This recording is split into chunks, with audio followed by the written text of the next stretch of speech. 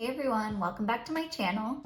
If you're new here, I'm Sam and I've been an instructional designer for almost 6 years now. If you saw my last video, the 3 tips that I'd suggest you use to find your first ID job, then this video is a follow-up to that. And I wanted to talk about what happens once you land those interviews. Now, I've conducted probably close to 100 instructional design interviews from different companies that I've been working at to get different IDs to join my team. And I wanted to share some of the most common mistakes that I see people making during their interviews.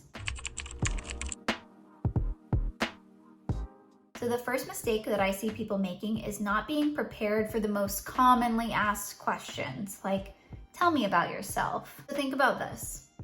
As the interviewer, I am taking time out of the middle of my day to interview you. My goal is to listen as attentively as possible, to make sure that I'm taking notes while I'm interviewing you. The people with the strongest answers make it really easy for me, the interviewer, to write down notes while I'm listening to what you're saying. And these notes are what I'm going to take with me to my team to have a conversation about, whether we think you're a strong fit for the role or not. So if you've practiced these answers to these questions, then I'll be able to follow it really easily, jot down the notes that, I think are really important, and don't have to spend a lot of time sifting through a long, convoluted answer to get to the really important parts of what you're trying to say. When you're prepared for these questions, it also just shows that you've practiced and prepared for the interview. And if you're curious about the most commonly asked questions, I'll link my video about the top 5 most commonly asked instructional design interview questions down below.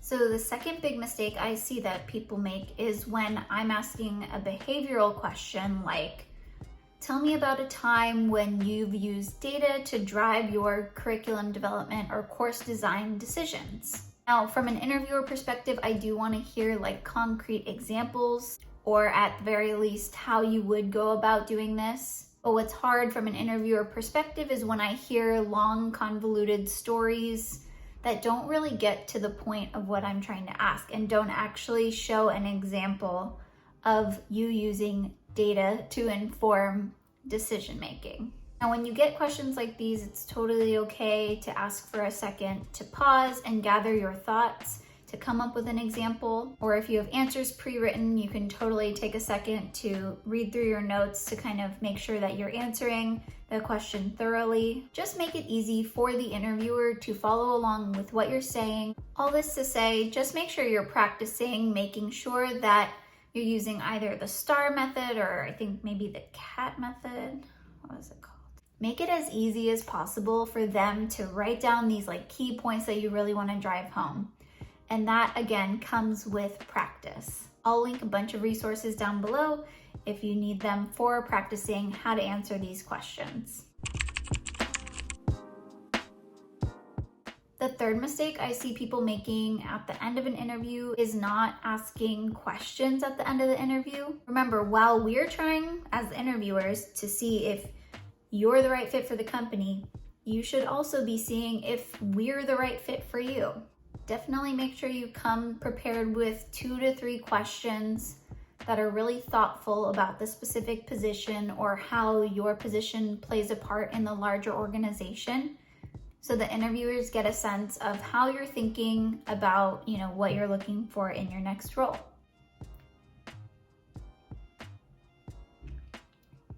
If you want me to make a video about solid questions that you can ask at the end of an instructional design interview, let me know and I can make that video.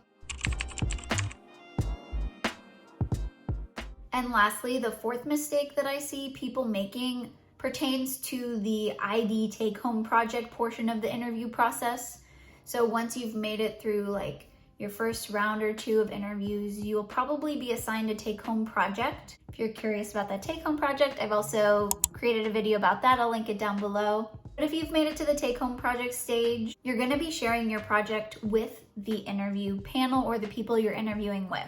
The mistake I see here is people reading through their entire presentation and the project that they've built, rather than talking about their thought process and how they went about building the project in its entirety. We really want to see how you thought holistically about going about starting this project. Make sure you include like an overview of how you started your project, how you planned it out, how you built it, and like how you decided which like way you wanted to present the information. That allows us to see your thought process and your course design and course development skills. Alrighty, so that's it for this video. If you found it helpful, please give it a thumbs up and don't forget to subscribe down below. I'll see you in the next one. Bye.